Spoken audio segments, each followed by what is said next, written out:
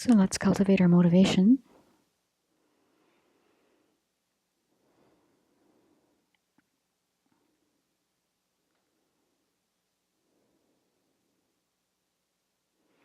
With all the things that we're hearing in the news these days,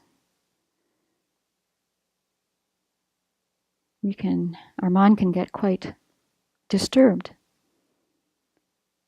And one thing that we can do when we're feeling this disturbance in our mind is we can just sit quietly. It doesn't have to be on a cushion. You can be sitting in your chair in your office, maybe sitting outside in your backyard. You can even do this while you're going for a walk. And just reflect on the kindness that you've received from people that very day. And when we start paying attention to all the kindness that we're the recipients of, it can be quite astonishing and very touching.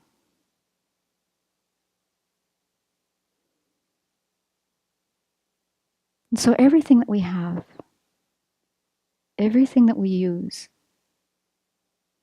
all the knowledge and skills that we have them due to the kindness of others.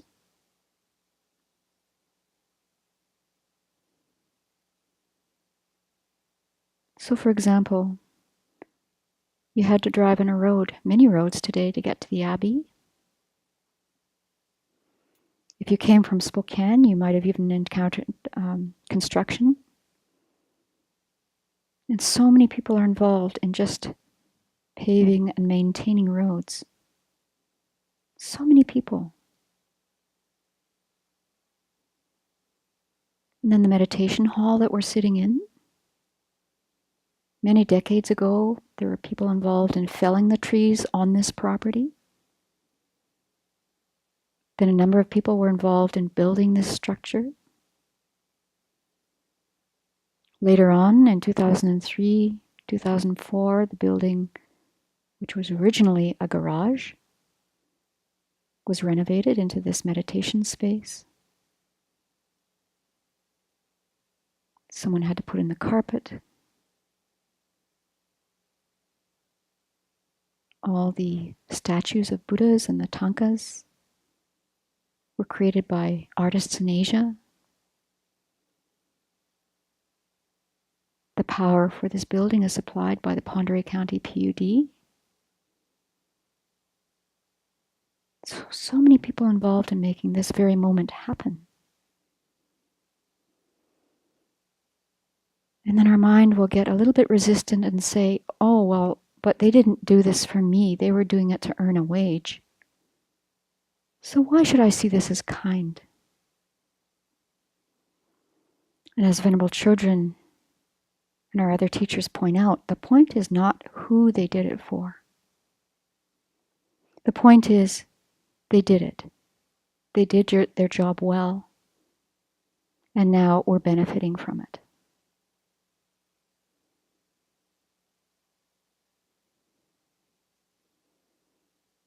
So let's take a few moments right now and just reflect on the kindness we've received from the people we live with this morning.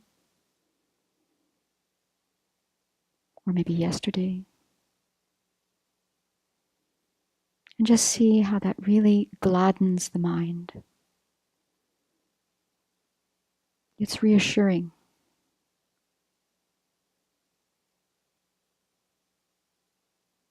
Because the kindness is actually limitless.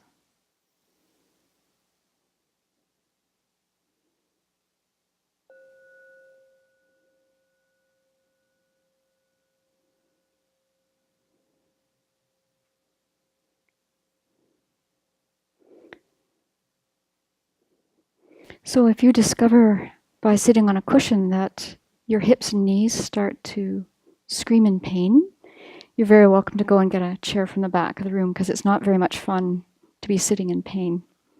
So you won't be distracting anyone if you have to do that. I'm feeling pretty short here. I think I need something to sit on. Then I'll be too tall. Just watch.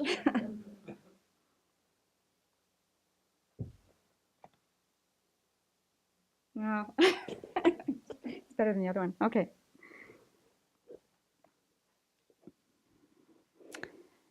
So we're working on this book now, An Open-Hearted Life. It's a very beautiful book. It's written by two people.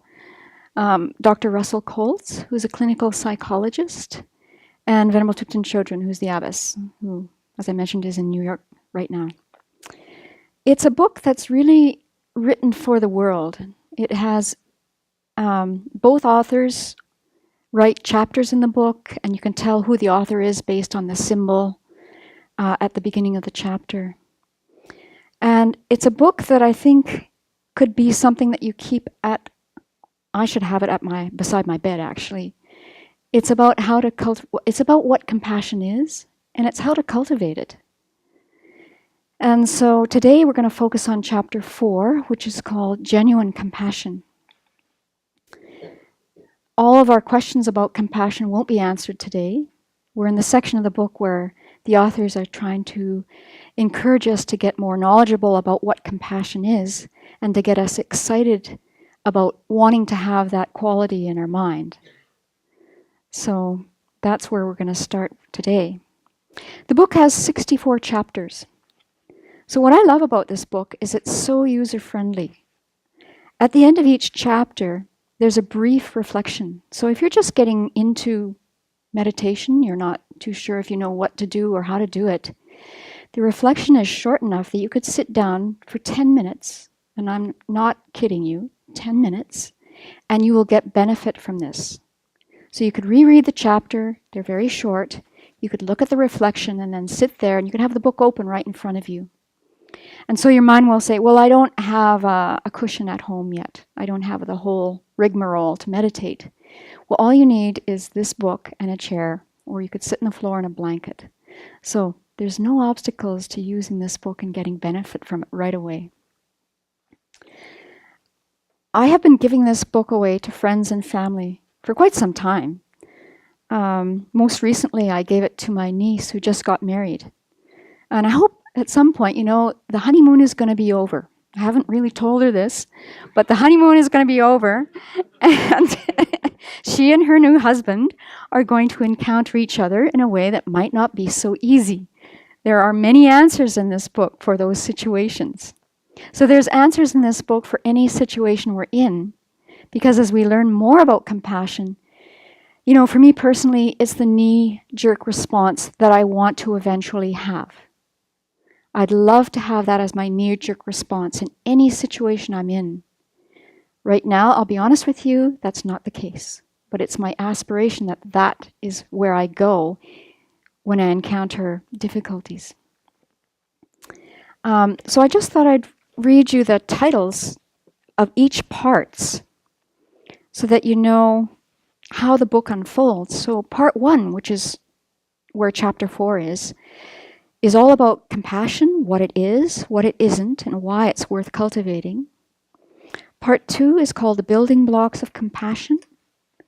Part 3 is Cultivating Compassion. So this is the section of the book where you really learn the tools on how to cultivate it. Part 4 is called Compassion and Connection. Part 5 is Bumps on the Road. So what's stopping us from cultivating this very beautiful quality? And the last part, part 6, is Compassion in Action.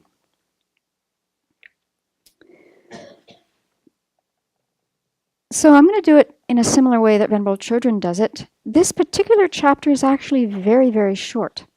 It's barely a page and a half. But it's called Genuine Compassion. So in a very few words, Venerable Chodron, actually, I'm sorry. I better stop here. Which author is it? Yes, it's Venerable Chodron. She very clearly describes what genuine compassion is. So I'll read a bit and then I'll stop and make comments, and I've got some people lined up to help me make comments as well this morning. So she starts off with this. Compassion is a quality of mind that can be deliberately cultivated. So I think that's a very key part to this. It can be deliberately cultivated.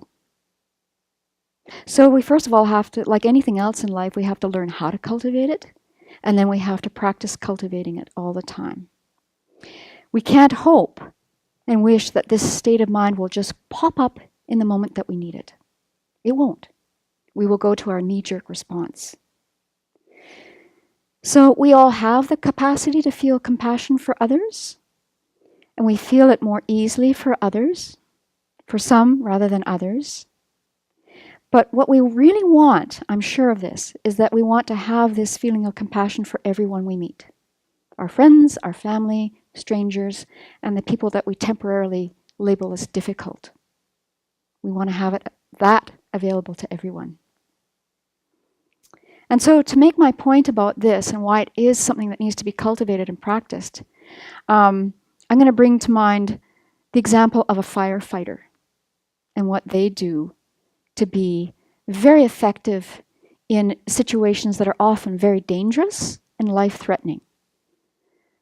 So what I found out about firefighter training is that they have this phrase called being in battle-ready status. So what does that mean? Well, it means that you're ready for the job when you show up. You don't show up with your head somewhere else. You're not hungover. You're not tired from another job. And you have to make sure that you're proficient in your job. You always have to expect that there's a fire when you head out on a fire run. Complacency, according to this one website, and we know this in our own life, is a huge killer. So don't let your guard down. And then they go on to say you have to know the street and the water and all of that stuff. You must be adaptive. Each of us will make mistakes. So it's knowing what to do when the mistakes happen. And then, so it goes on about this very rigorous physical training that a firefighter needs, male or female. But the most important part of being a firefighter that's emphasized on all these training websites is that you have to be alert and mentally focused in all moments. And you have to be able to communicate to people under pressure. And you have to be an example for everyone who's in the situation as you're doing this firefighting. So you have to have a very positive attitude when you go into these dangerous situations, and you have to have strong self-discipline.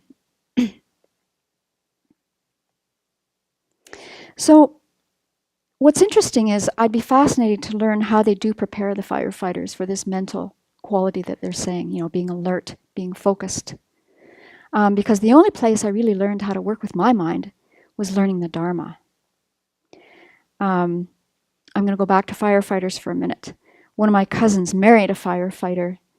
And over the years, as I've gotten to know him better, I would always ask him, how's it going? What's the difficult part of your job? And how are you doing when you encounter tremendous suffering? And what he's always said to me, he's always given me the same answer. He said, well, I chose this job. I know that usually firefighters are the first people on a scene of an accident. We see people in tremendous pain and suffering, and we sometimes see people who are dead. And I go into the job knowing that.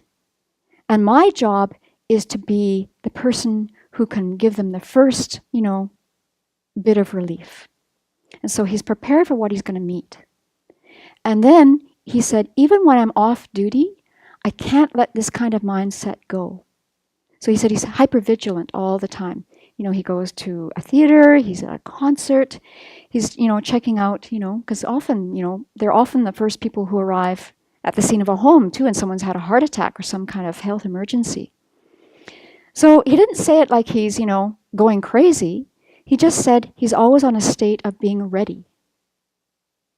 And I think, as people who want to really be of benefit in the world, I think that's the kind of mindset that we have to have too. We have to be in a state of mind where we're ready to be, helping someone else, even in the smallest way. And this takes practice, and this takes really a lot of thinking and listening to teachings and practicing these techniques, first of all, quietly on the cushion or in a chair, so that when things come up, and as well as I do, things come up every single day, where we're ready for it. And instead of our knee-jerk response, we can ease the situation. So Venerable Chodron goes on to say, So it's this state of mind that can be cultivated. Unlike mental states that are caused by distorted perceptions and misconceptions, such as anger and greed, compassion is developed with a more rational state of mind that doesn't exaggerate either the positive or negative aspects of a person, an object, an idea, or a situation. So sometimes we may be thinking that anger is an effective state of mind. Well, if you're coming to the UU class Monday night on Spokane, we're working on the book Working with Anger. And that's a whole other topic that could go on for years. But anger is not the kind of state of mind we want to bring to a difficult situation. So since this chapter is so short, I thought I would add in things from other authors. And today I'm going to add in teachings from His Holiness the Dalai Lama, who's also written a book called Compassion. And so he says this, and some of this we know deeply anyway. Our lives are in constant flux, which generates many predicaments. However, when these are faced with a calm and clear mind, supported by spiritual practice, they can all be successfully resolved. By contrast, when our minds are clouded by hatred, selfishness, jealousy, and anger, we not only lose control, we lose our sense of judgment. At those wild moments, anything can happen. We've had experience with this, right? We know this is true. Our own destructive emotions pollute our outlook, making healthy living impossible. So he says we need to cleanse our internal perspective through the practice of wise compassion. And so then he goes on talking about the disadvantages of reacting to difficult circumstances with anger or frustration. He says this, when you're caught up in a destructive emotion, you've lost one of your greatest assets, your independence. At least for the time being, your mind is disturbed, which weakens your capacity for sound judgment. In the grip of strong attachment or hatred, you forget to analyze whether an action is suitable, and we can even speak crazily and make wild gestures. After that emotion fades, we often end up embarrassed and sorry for what we've done. And this shows us that while you've fallen under the influence of that strong emotion, your capacity to distinguish between good and bad, between suitable and unsuitable, was nowhere to be found.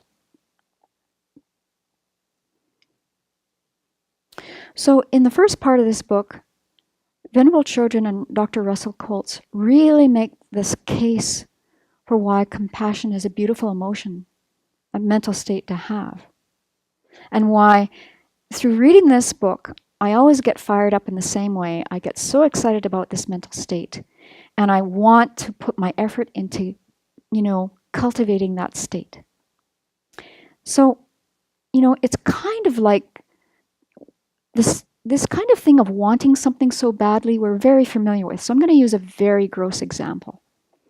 Buying a car. How many people bought a car?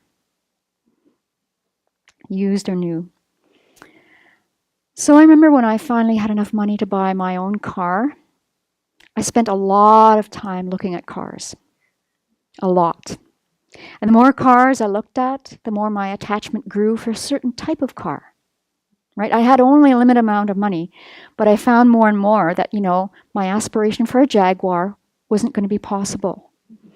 That seafoam green Jaguar, not happening. So I had to sort of set my sights on something that I could afford, but it had to be aesthetically beautiful and in fairly good shape, not too many rust holes in it, and reasonable gas mileage and all of that. So then I start really looking with discernment about the car that's going to work for me. I really wanted a Volkswagen for a while, with that little thing that holds the flower, But then I thought, that one's out of my price range too. I wonder if I could, okay, this is before I was a Buddhist. I wonder if I could steal that thing out of a Volkswagen Beetle and put it in my new secondhand car. So, thoughts of breaking the law entered my mind. I became immersed in this quest for a new car, eventually I found one that I really wanted. It was a Subaru wagon. I fell in love with it. I wanted it. So I saved a bit more. I wanted this particular car, a little button that you push to get into four-wheel drive, perfect for Edmonton, Alberta winters. And so my whole focus was on, this car. And then I got it. And then the happiness with the car dissipated because as soon as it got a scratch in it, I'm looking for something else. So why I'm using this example is that we want to have that kind of mind that wants this positive mental state. We want it, we research it, we find out, how am I going to get this mental state in my mind? What do I need to do? What's in the way of me getting this mental state? How can I get it and then hang on to it? And, compared to a car, which is just going to continue to rust and get, useless in no time flat, and we want something else after that car, when we've got this quality of compassion more firm in our mind, it's going to bring us a lot of peace of mind. It's going to bring us guaranteed happiness. It's going to bring us satisfaction. It's going to make our relationships better with others. It's going to give us quality of life that the Subaru with the little button with four-wheel drive could not give me. So that's why the authors are really making a case for this, and this is what we need to do. We need to hear teachings about compassion. We need to think about the advantages of having it, the disadvantages of our knee-jerk responses to challenges, and how we feel when we're acting from a place of compassion. Because we all know that one. We know it. It's just not always at hand when we want it. So Venerable Children goes on to say, moreover, compassion influences our other thoughts and emotions. So it's very potent. When that mental state is in our mind, it influences us in a very big way. And so I've been thinking about this a lot in the last few days, and I'm convinced that when we have this feeling of compassion in our mind, the wish for others not to suffer, the wish to make a difference in a world so that people are not feeling pain, it moves us in the direction of wanting to volunteer, to do things. Because, we have this feeling. Yes, we can make prayers. We can do all kinds of spiritual practice when we think of people suffering. But in the end, we're moved to want to do something. So I thought I'd share one example, then I've got one person lined up, and then I'm going to open it up to people. For a number of years before I was living at the Abbey, I taught school in Edmonton, Alberta. And my first teaching job was in a when you get your first teaching job, you may or may not know this, you don't choose your job, they put you somewhere. Here you go.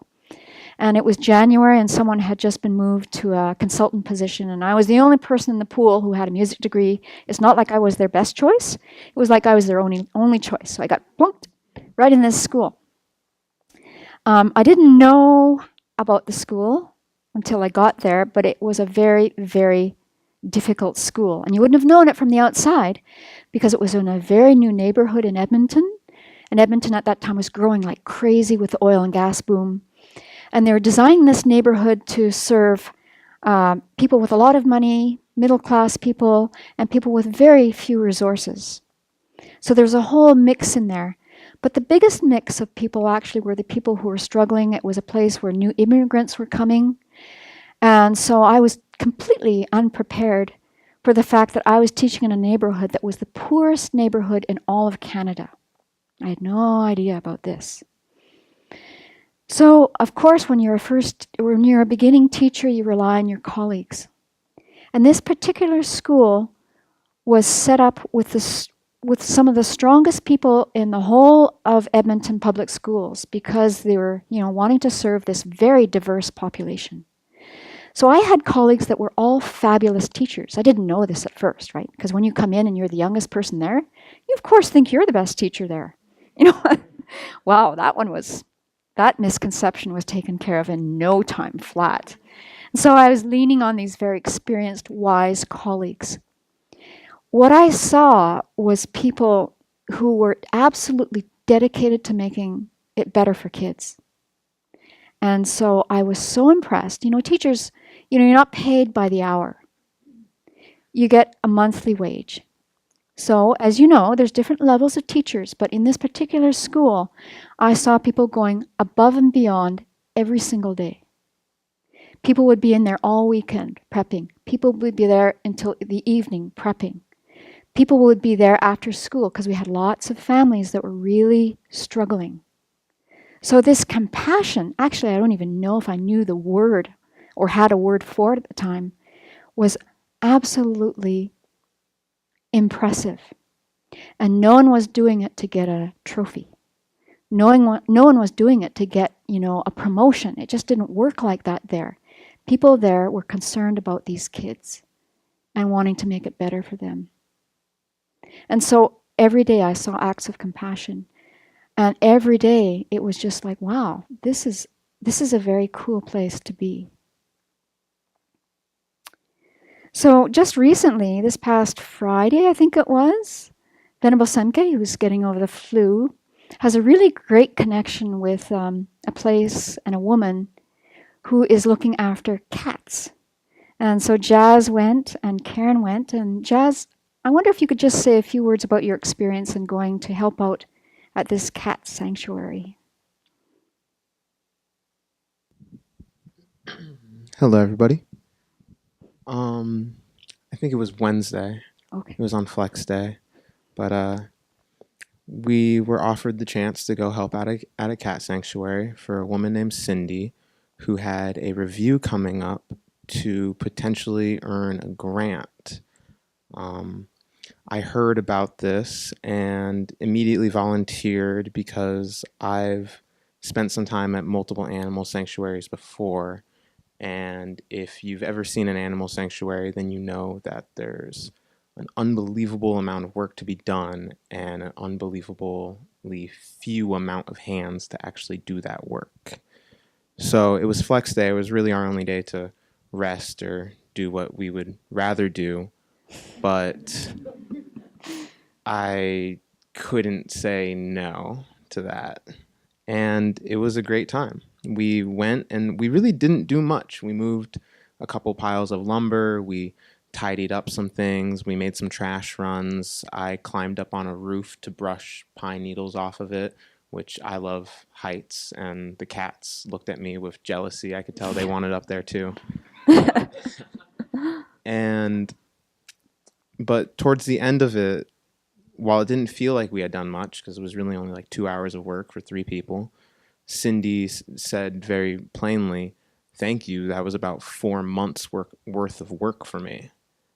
And she's just one woman who takes care of anywhere between 30 and 60 cats at a time. Sure, there was the added benefit that I got to cuddle with a bunch of unbelievably cute kittens, but more so, we got to help guarantee that those kittens will continue to get taken care of and continue to get adopted out, and that I was tired in the end of the day, and that made it entirely worth it, for sure. Yeah. Thank you, Jazz. So we all know from our volunteering activities, when we're reaching out for a sentient being, we're not just talking humans. And there's so many organizations around the world that really take care of injured animals and homeless animals. What's the feeling that arises? What came up for you? What were the feelings?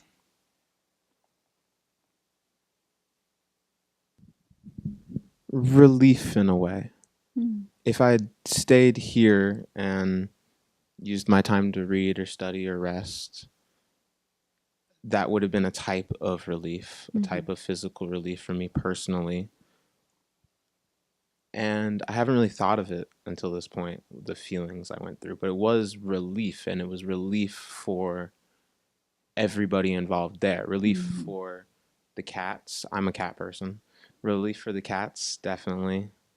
And relief for Cindy. I've known a lot of women like Cindy doing exactly what she's doing, and she's the ultimately compassionate one, and it's a restless job. I know that.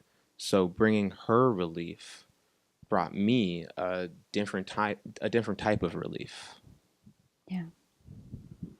And I think from our own experience too, not only relief, but it's a sense of well-being that comes up in our mind and heart. And, in certain cases, it's a sense of love, it's a sense of satisfaction.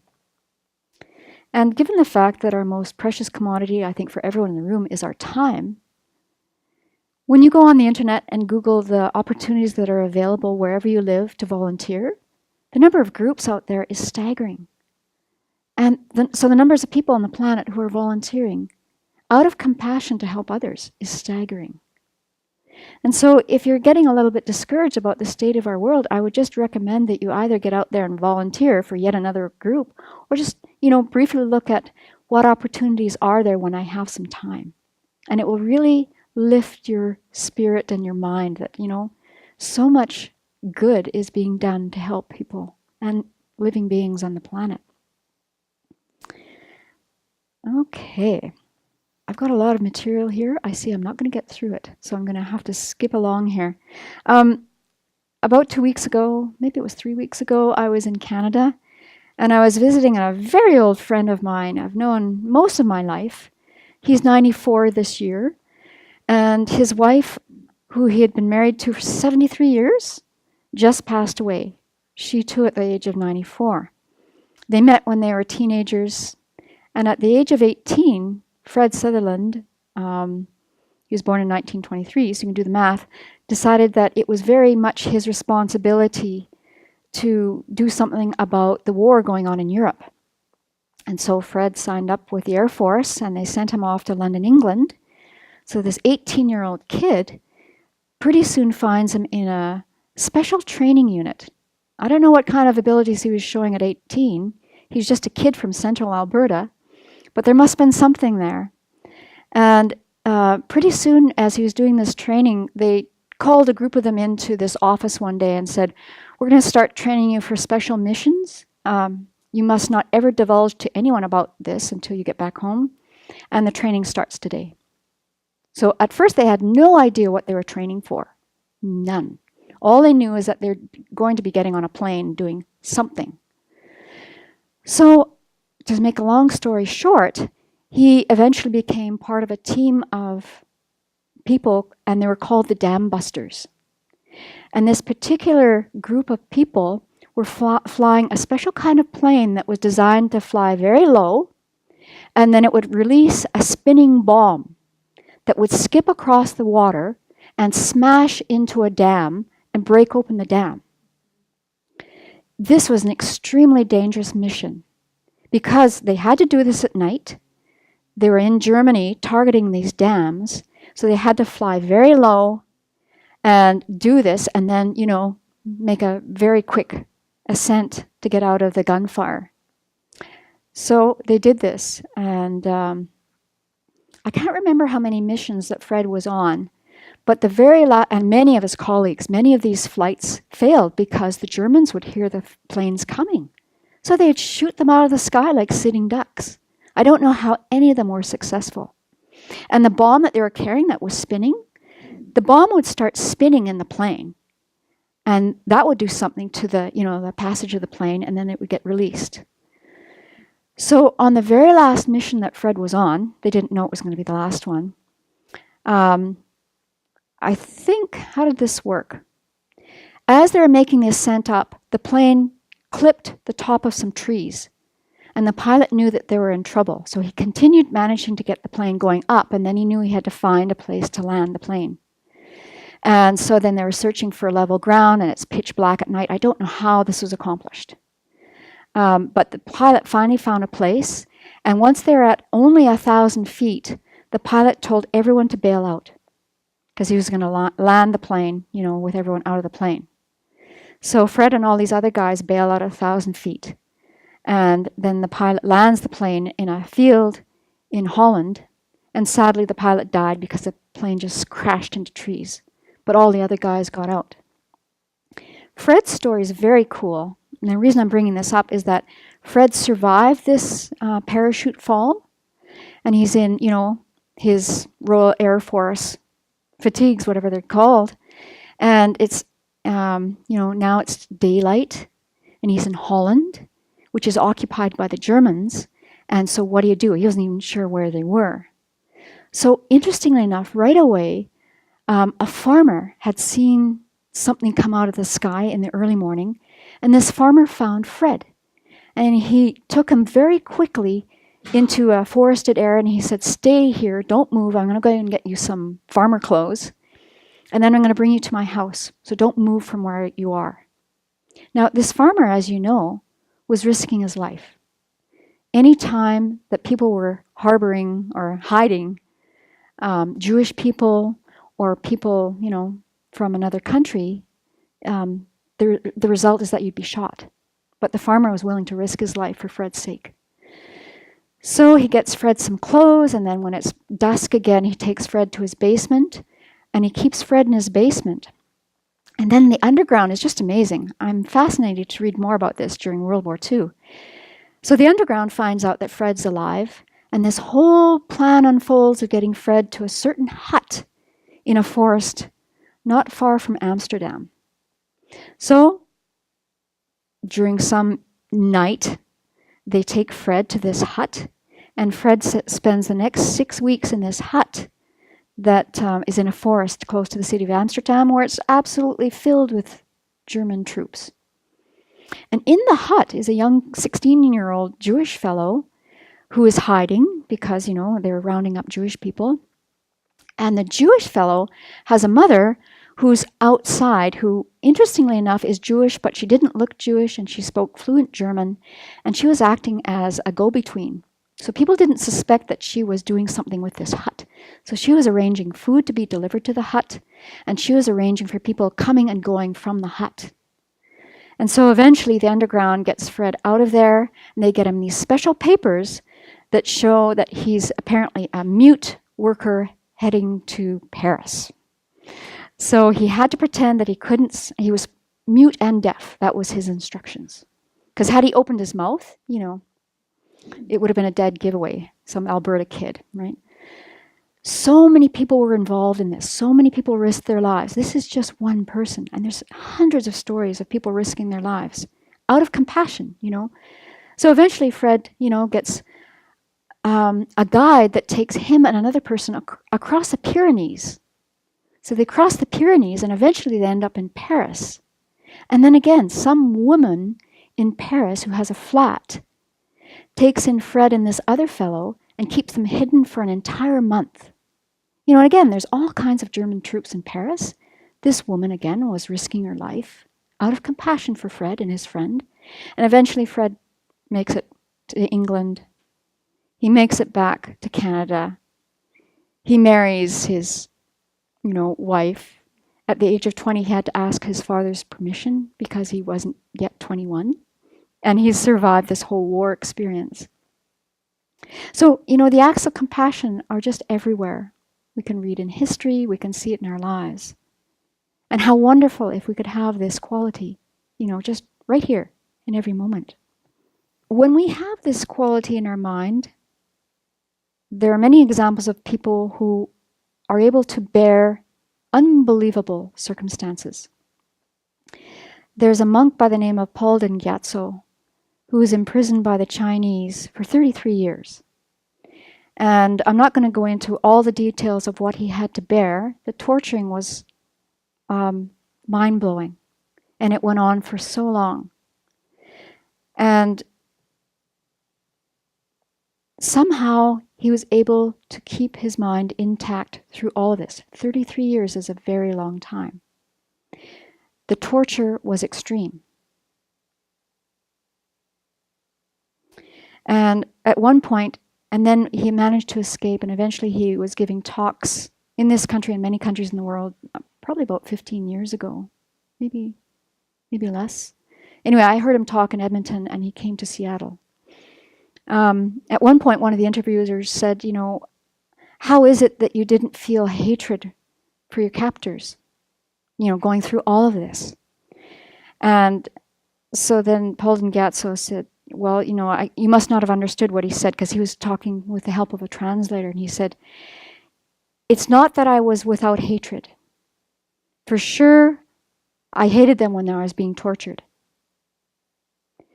But as a religious person, he said, after the event, I was able to reflect on what happened each time, each and every single time.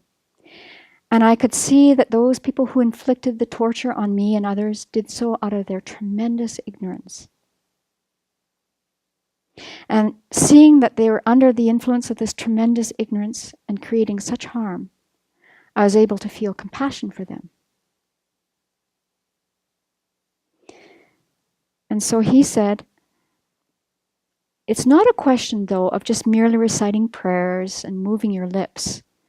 What I was able to do happened because of the inner development that I did before going into prison and while I was in prison.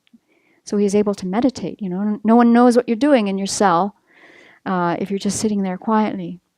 And he said you can actually meditate under any circumstance. You can meditate when you drink tea. You can meditate in every circumstance. And he said you may be just walking along, but if you have a purpose and your mind is on the Buddha Dharma, that, he said, can be our spiritual practice.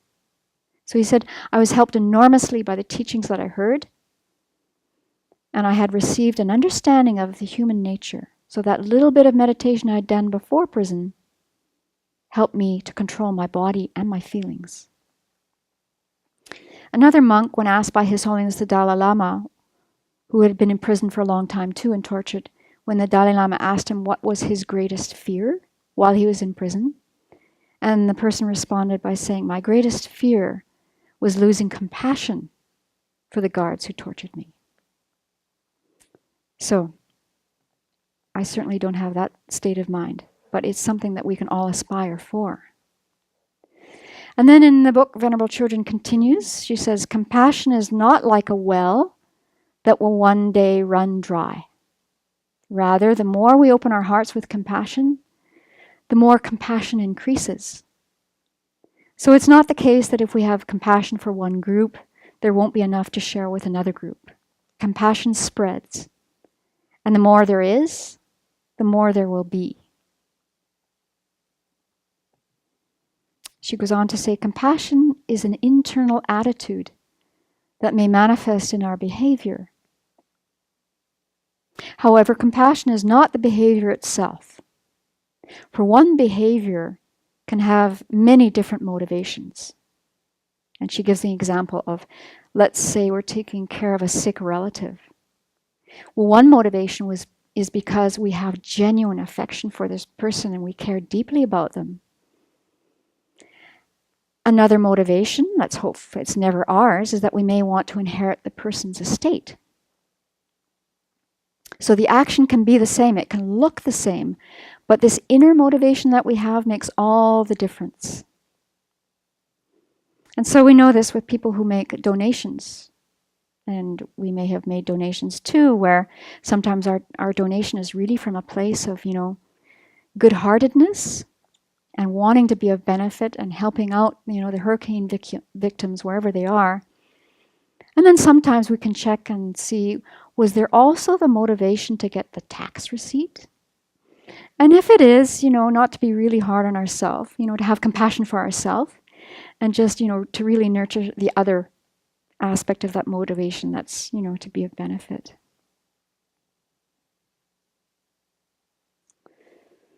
So I'm wondering what to do here. Okay, I'm going to say one more thing and then we're going to do a very short meditation and we'll have time for a few comments.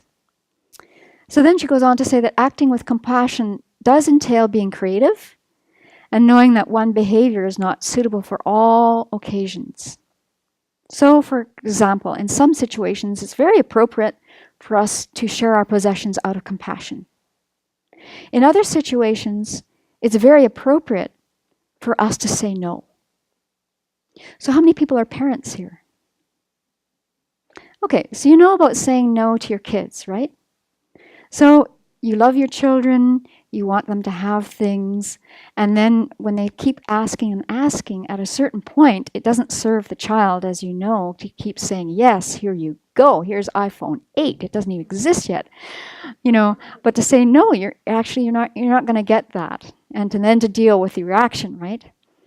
But in supplying people with, guidelines and what will help them thrive, no is an answer that we have to give sometimes, out of compassion to help the person, even though at the time they may not appreciate until they're 45 and they're raising their own children.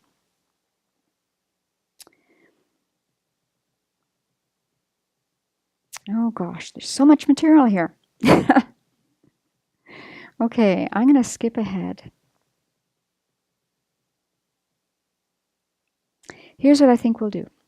We're going to do this very short reflection that's at the end of this chapter, and then there'll be time for a few comments or questions.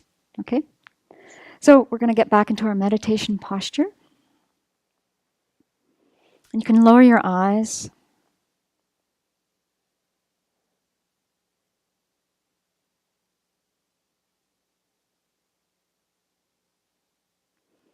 And so as we go through the day, one way of being creative and bringing compassion into our life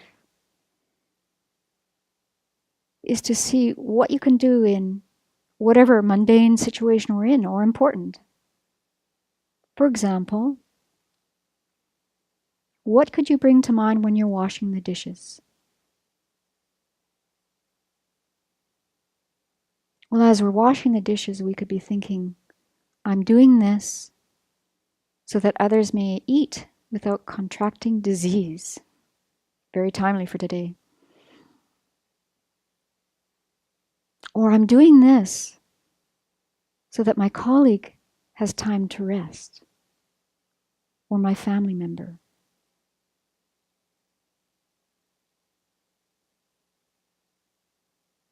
Or I'm going to volunteer to clean the kitchen at work so that my colleague who's pregnant can get to her doctor's appointment on time.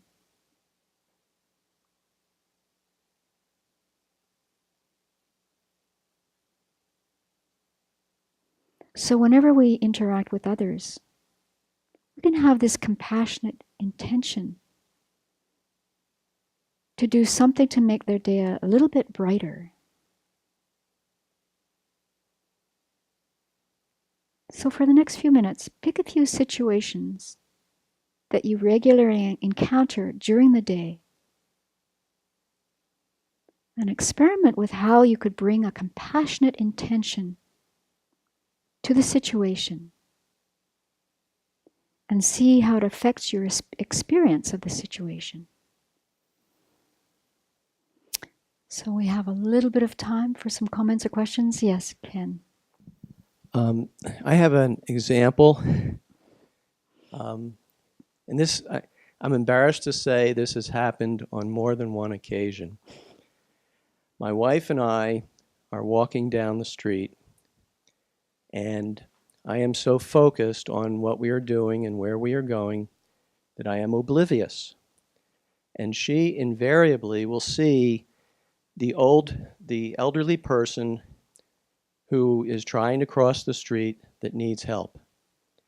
And I just totally am zoned out on this. And she notices the person and goes over to help. And I immediately, say, yes, this person needs some help. So it isn't a lack of compassion on my part. It's an overabundance of self-absorption. And I've done a lot of analytical meditation on this, to try to widen my view and not be so self-absorbed.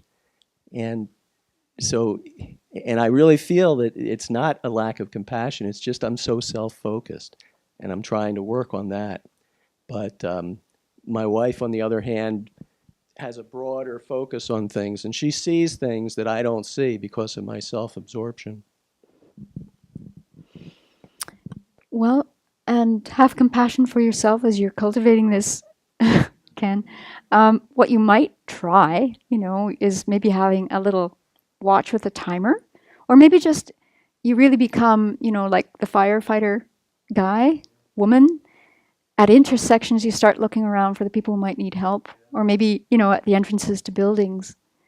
But, we all have this going, we've got a topic in our mind and we're kind of oblivious, and it happens to all of us. But probably with practice, we can, and keep hanging out with your wife. She's an excellent example for me. Yeah. Yeah. That's great. Thanks, Ken. Any other comments, questions? I've got a whole team of experts here.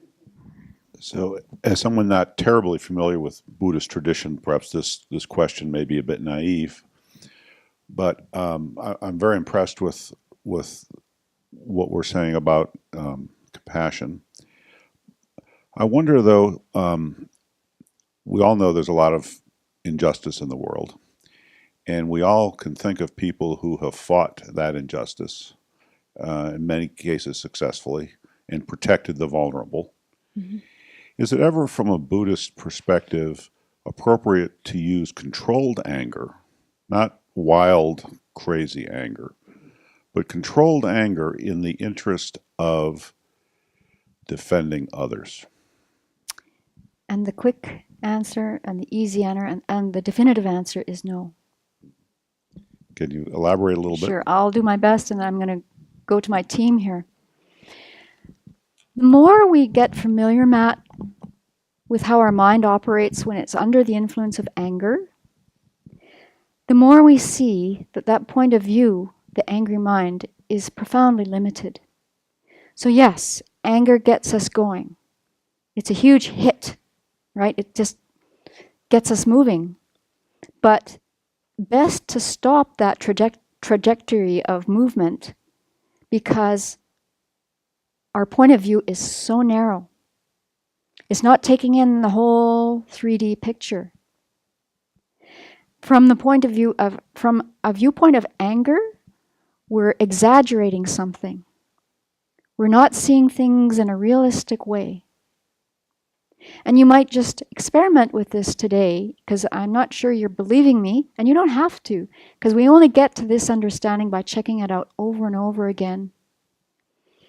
But when I think about how do I speak and act when I'm angry, and do I regret it later?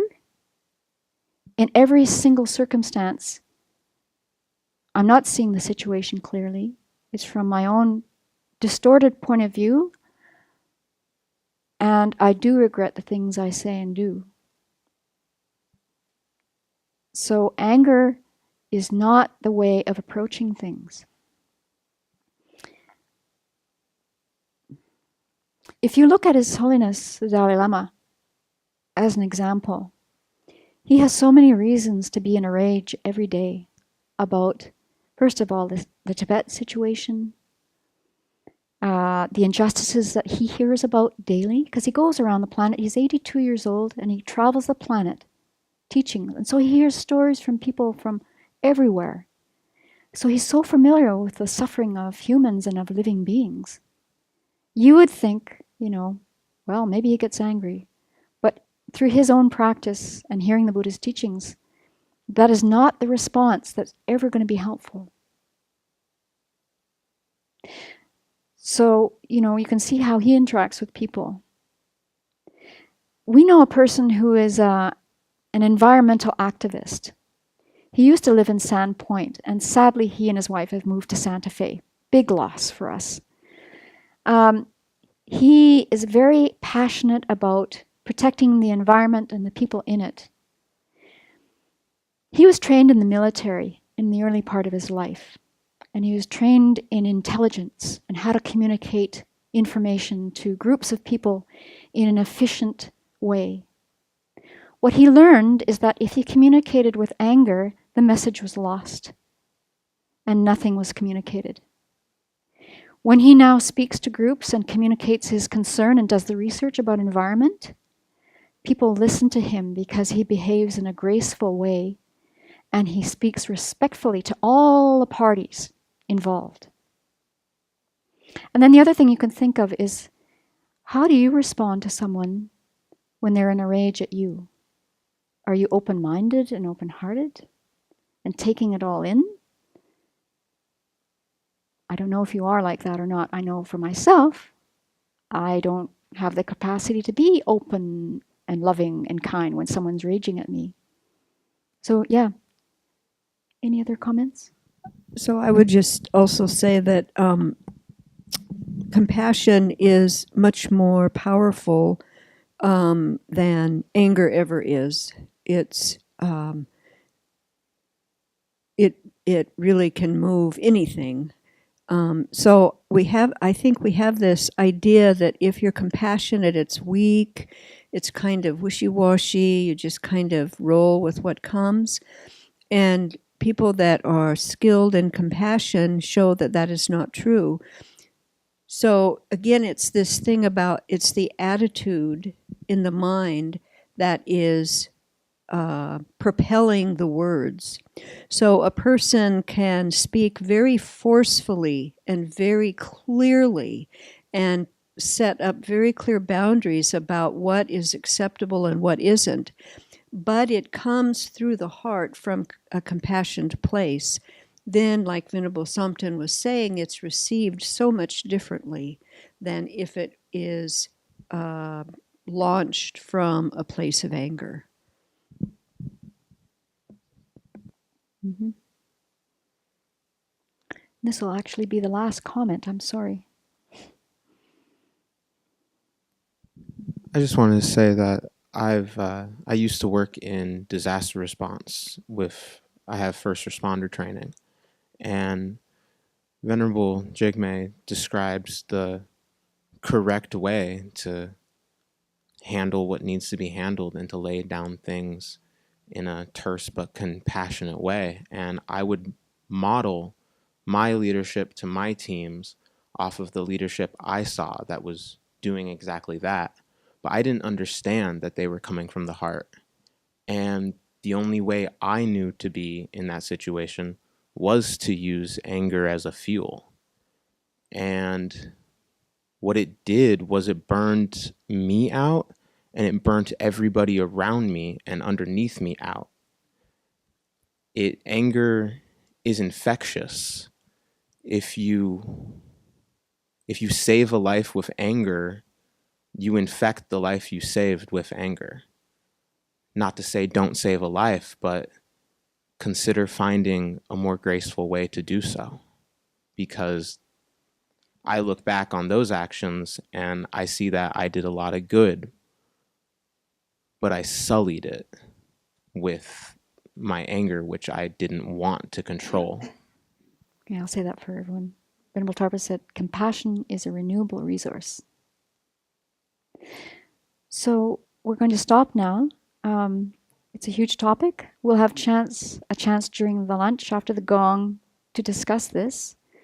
Again, with the very cool thing about Buddhism, Matt, is that there's no insistence that we just hear it and believe it.